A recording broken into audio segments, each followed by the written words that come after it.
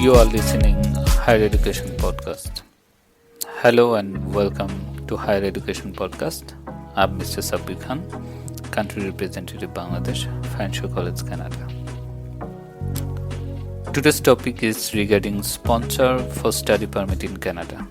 I'm gonna cover three things: who can sponsor, how much money should have, what type of account Canadian Embassy accepted.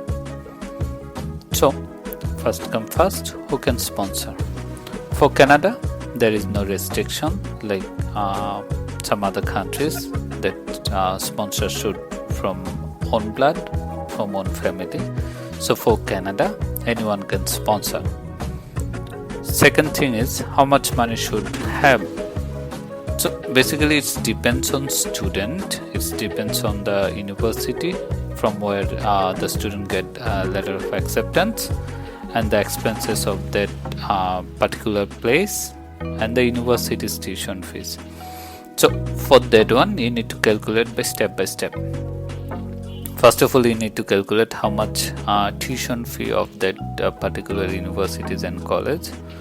Then you need to add your the personal expenses and your accommodation and food expenses. So altogether you need to make a calculation so that you can get the exact amount how much money you should show in your account. So say for example, for your tuition fee, the total duration of course what you have, you need to calculate the whole amount with your total tuition fee, and you need to calculate your yearly expenses including your living and food and personal expenses. So altogether you need to calculate, then you will get the exact amount. Say for example, minimum will be 35 lakhs, maybe 40 lakhs, maybe more than that. So you need to calculate three things: your total tuition fee, your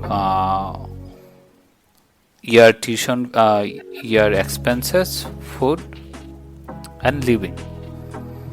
Next comes like what type of account they accept. So for Canada study permit, student need to have like fixed deposit of that particular amount. If like what amount student already get by calculating their tuition fees, accommodation, food and personal expenses. So always student need to keep more than that